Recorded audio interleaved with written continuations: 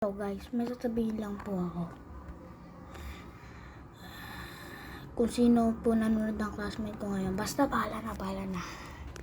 Kaya di po ako nakapasok ngayon. Chris, alam ko Chris, lagi ka nanonood sa vlog ko. Kaya di ako nakapasok, pasensya na. Naligo kasi ako kagapon. Naulang ka ganina kasi sumakit ulo ko at pagtayo ko ng hilo ako. Nagkasakit ako ng saglit. Tapos, si Sab, alam ko na nanonood si Sab. Alam ko din yun. Hindi ko tama pala sinabi na Sab. Tama pala. Bukas daw magkakasakit ako. Ano yun? Si Sab merong makapangyarihan, nababasa yung isip. Aray.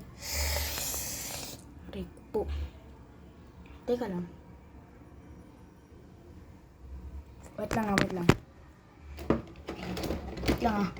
Chill lang kayo. Chill.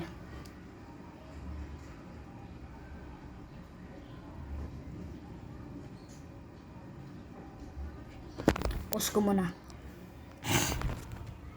So, din napapalitan ko profile ko.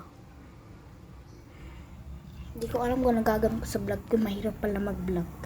Mahirap din mag-upload. Napag-isipan ko lang kasi mag-vlog. Pero, hindi naman ito yung pinag-uusapan natin. Pinag-uusapan natin yung sakit ko.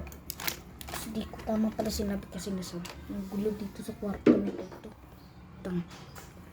Guys. Hinihintay ko lang yung uwian. Anong oras? 12. To ako pupunta dun.